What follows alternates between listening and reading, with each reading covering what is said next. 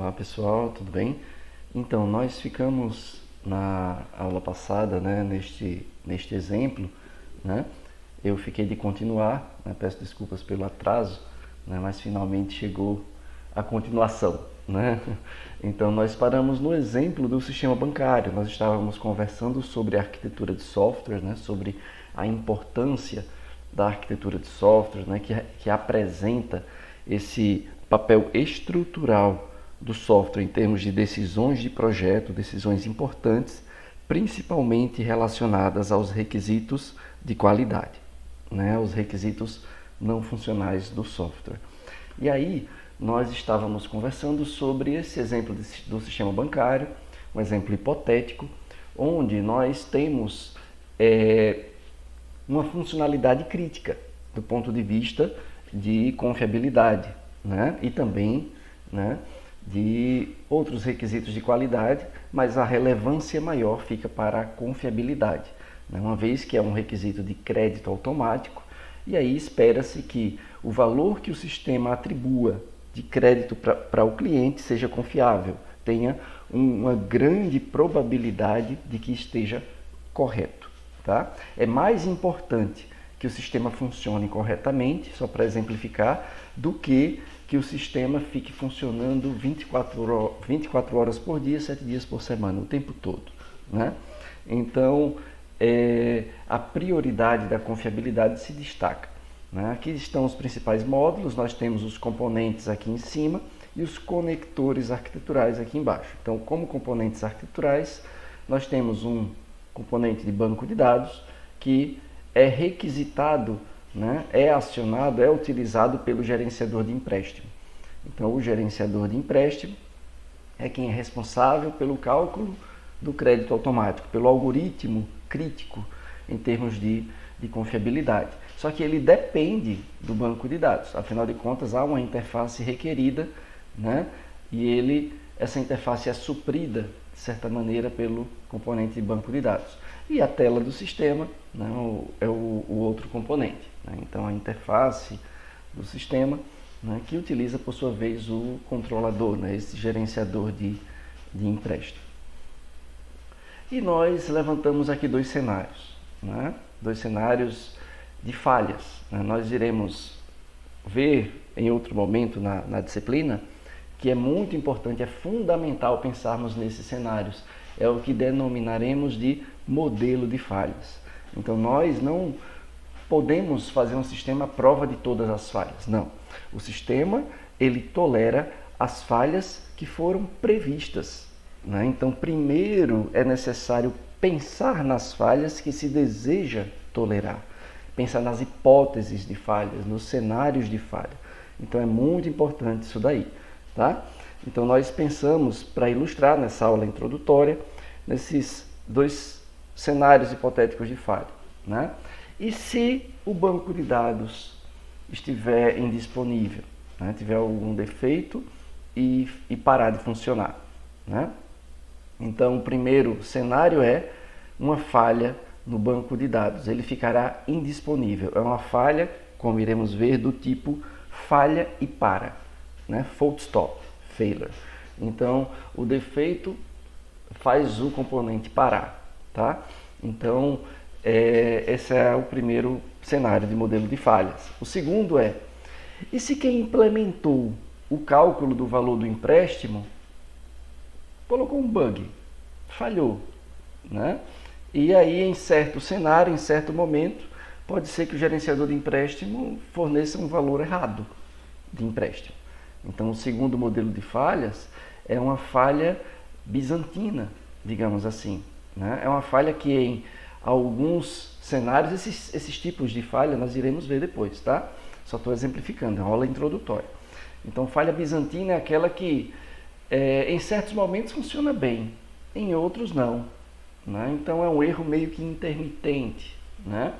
Nesse caso daí, ele não é intermitente no mesmo cenário de execução, mas em alguns cenários ele funciona, né? Em outros cenários vai ativar o bug e o bug vai fazer com que o sistema ou esse componente tenha um defeito visível e o defeito visível é o valor do empréstimo está errado, tá?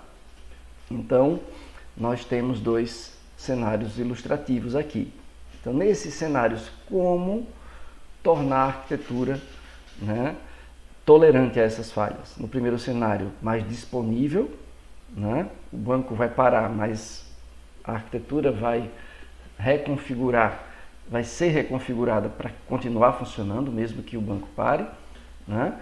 E a segunda, um cenário de confiabilidade, né, envolvendo uma falha no gerenciador de empréstimo. Então, a gente para isso vai utilizar a nossa analogia do olho, né? O olho é importante, né? Vários órgãos do nosso corpo são importantes e alguns desses órgãos importantes a gente tem redundância, né? Então, se a gente sabe que o banco de dados, no nosso modelo de falhas, ele pode ficar indisponível, então o nosso modelo de falhas precisa ser refinado para identificar a causa dessa indisponibilidade. Digamos que a causa da indisponibilidade seja quebra do link de internet. Então, a gente resolveria essa eventual falha, né, da seguinte maneira. A gente colocaria um link redundante de internet entre o conector e o nosso servidor de banco de dados, tá? Então a gente teria aqui dois links de internet. Agora, se a gente assumir no nosso modelo de falhas, daí a importância do modelo de falhas, que além do link também há possibilidade de indisponibilidade do banco de dados, né, por meio da falta de energia elétrica no servidor de banco de dados, né, no local físico onde o servidor de banco de dados. Essa é a falha que eu quero tolerar. Aí, nesse caso, a gente não resolve apenas com redundância de link de internet.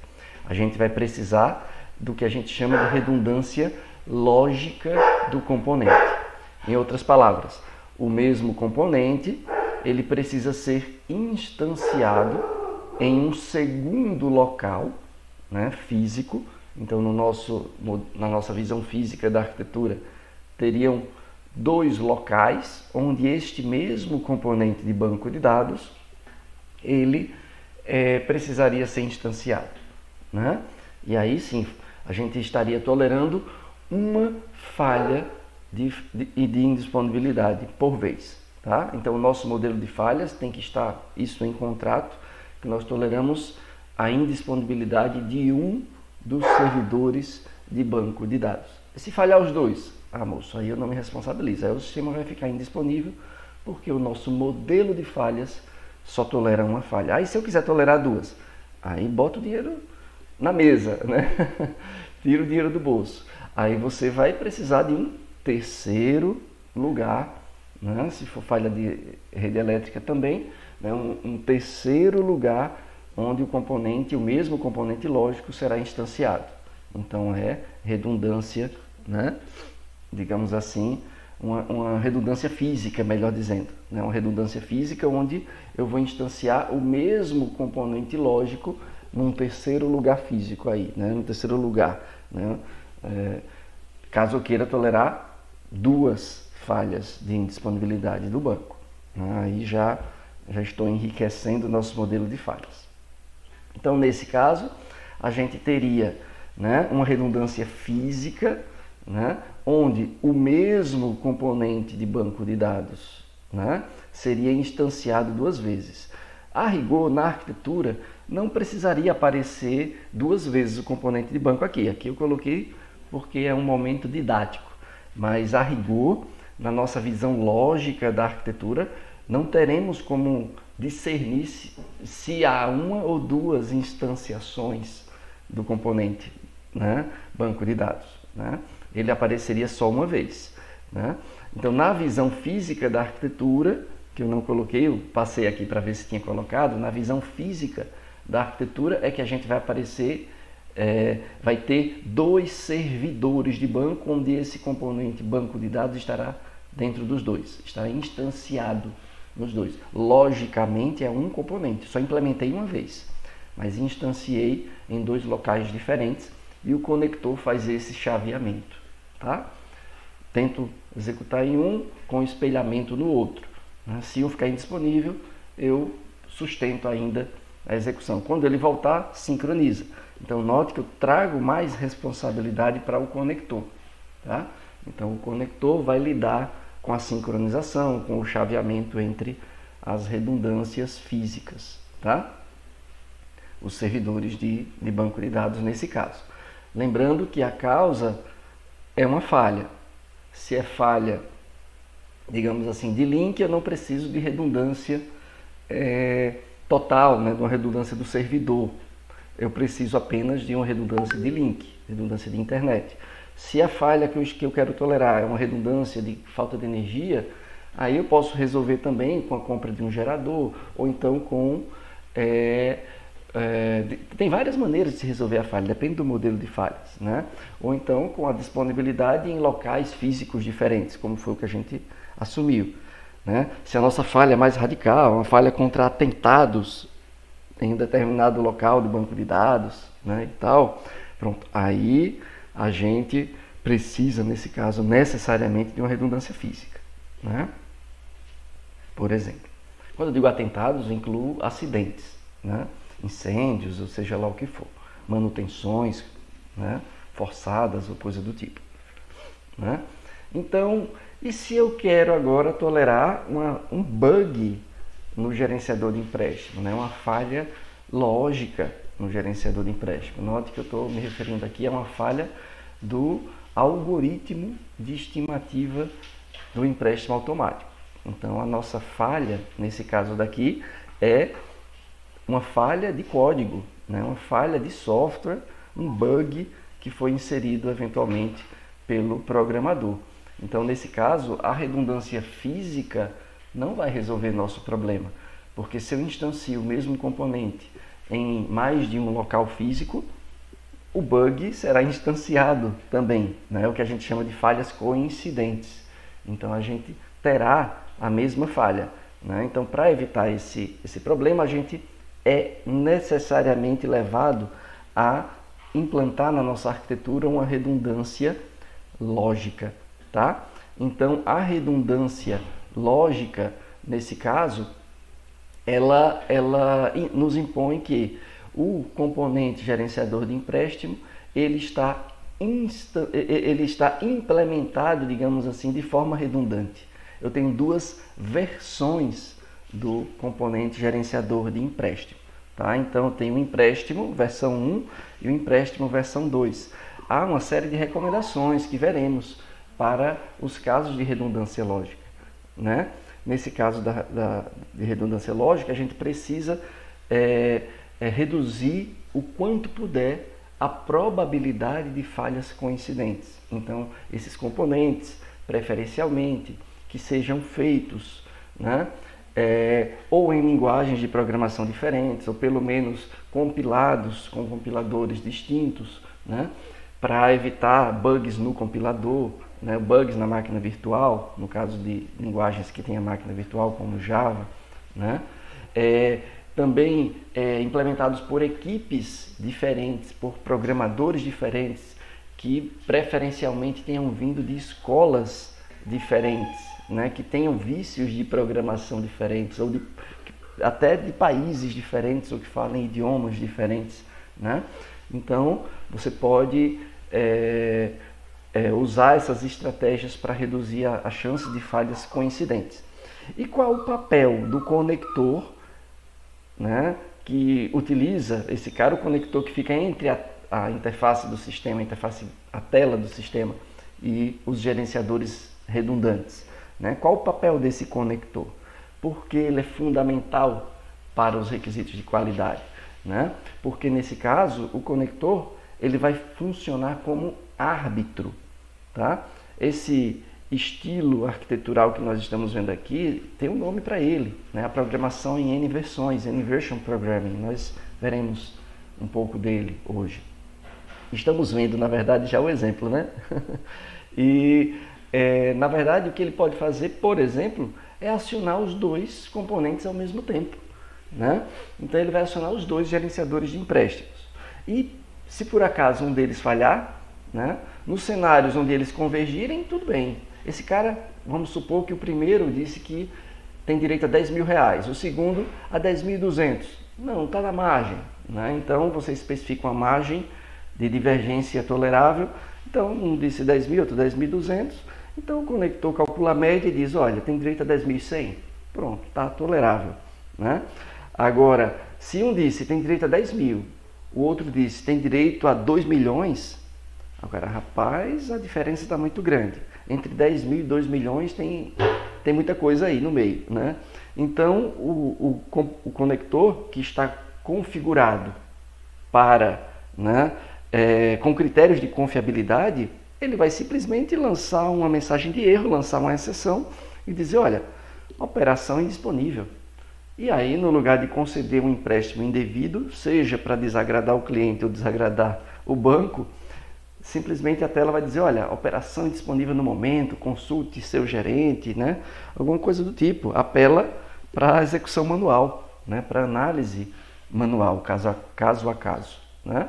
Por quê? Porque priorizou-se confiabilidade em detrimento da disponibilidade. Isso é um trade-off, né? Uma relação de compromisso. Ganha de um lado, perde do outro, né? E tenta atingir o equilíbrio. E se por acaso, no nosso modelo de falhas, o cliente disser não, mas eu não quero que fique indisponível só por um bug de um desses componentes, né? Eu quero que ele continue funcionando. Então, o que é que a gente faz?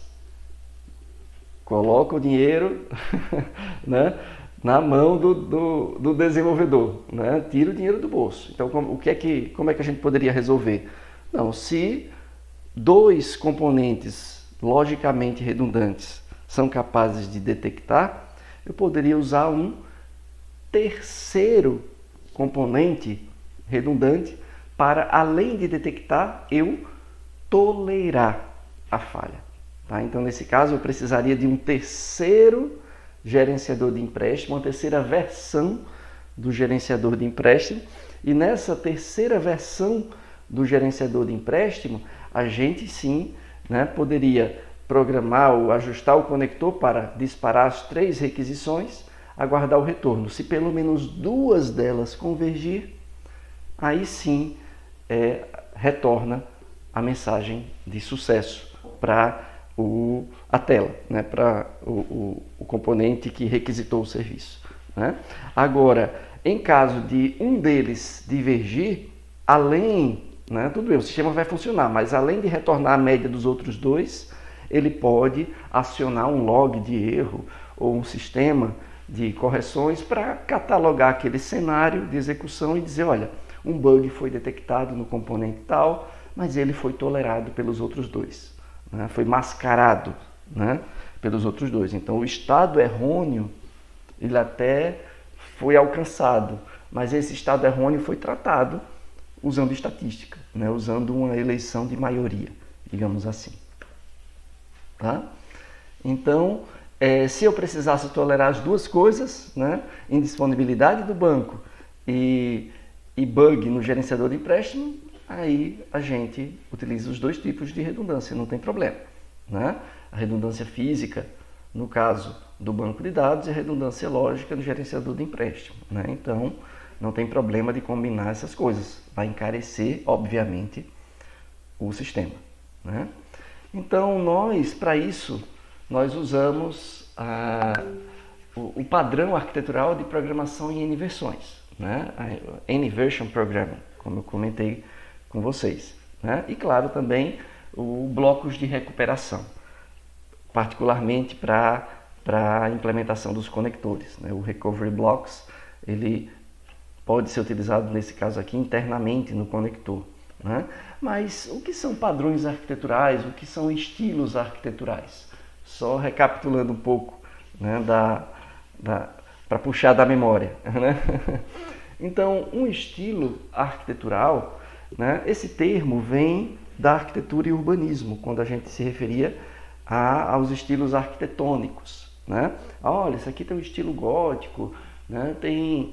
né, partes pontiagudas, né, sempre apontando para o céu e etc. Né? Esse aqui é um barroco, né? Sei lá, estilo modernista. Então, há estilos. E no software, na arquitetura de software, também há estilos. Então, o estilo é uma maneira meio que padronizada de organizar, de estruturar o software, né? De estruturar a arquitetura do software, né? E assim acaba caracterizando, né? Dando uma cara, né? um jeito geral para o software, onde ele ganha algumas propriedades, né? Inerentes àquela arquitetura, propriedades de qualidade inerentes àquela arquitetura, tá? Então, por exemplo, né? Você já ouviu falar de estilo em camadas, estilo MVC, estilo cliente-servidor, né? Então a gente já sabe quais são os tipos de componentes do sistema e etc, né? O estilo define um vocabulário para os elementos da arquitetura, né?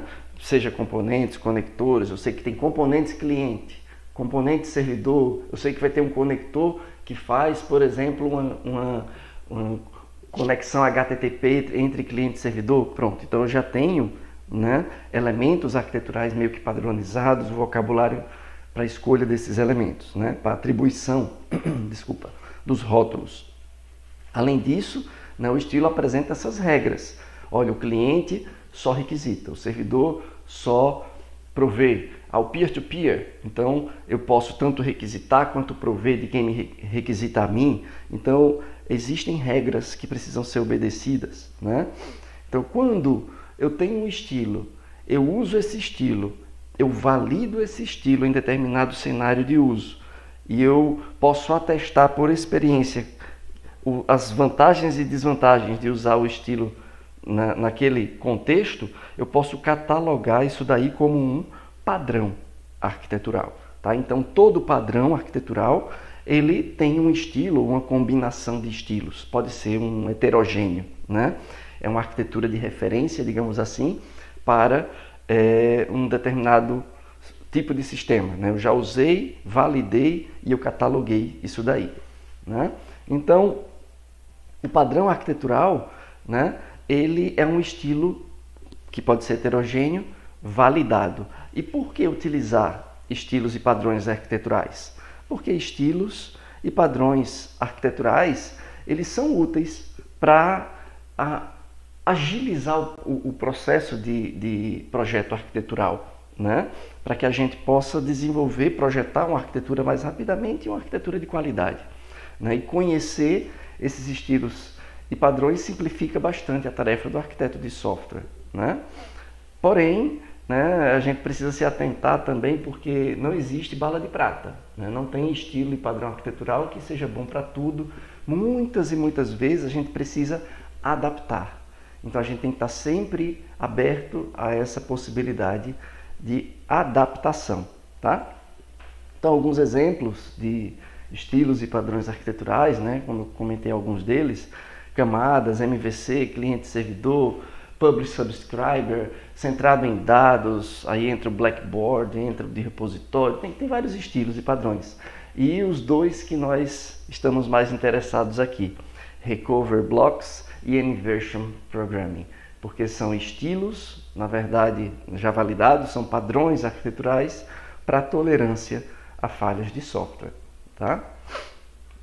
Então, o Recover Blocks, ele é, digamos assim, implementado nativamente, ou tem ferramentas para o seu uso nativo nas linguagens de programação mais modernas, né? Atuais, praticamente todas elas, que são os mecanismos de tratamento de exceções, tá? Então, eu acabei respondendo aí a pergunta do slide, né? Eu esqueci que eu tinha colocado como pergunta para instigar vocês, né? Então, basicamente, a gente cria checkpoints, né? Momentos na execução do software que eu sou capaz de detectar alguns erros, né? Detectar o estado errôneo. Eu posso ter um if em um código meu que eu vou verificar dados de alguns atributos. Se tiver inconsistente, eu lanço exceção, throw exception, né? Então eu tenho detectores de exceções espalhados no meu código. E aí, em determinados pontos do código, eu crio, digamos assim, momentos, checkpoints, para analisar se alguns tipos de erros aconteceram. Se acontecer, eu tenho uma ação para ele, né? Ou tentar novamente com outra redundância, seja lá o que for.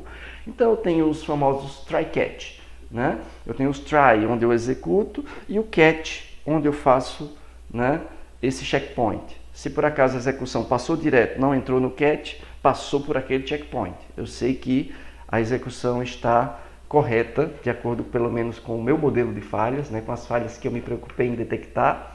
Ele não entrou no catch, não detectou a falha, né?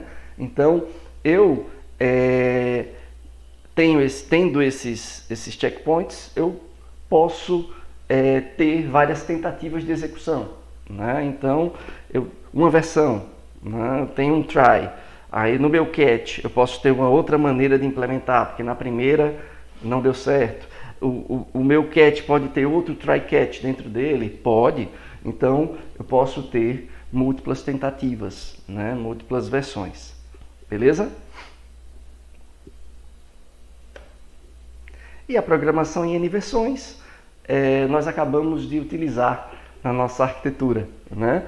Então, basicamente, nós temos, né, múltiplas versões lógicas, né, de um componente crítico, ou de pelo menos alguma funcionalidade considerada crítica, e a partir dessas múltiplas versões é necessário, no caso no conector, ter um algoritmo de seleção, um árbitro, né?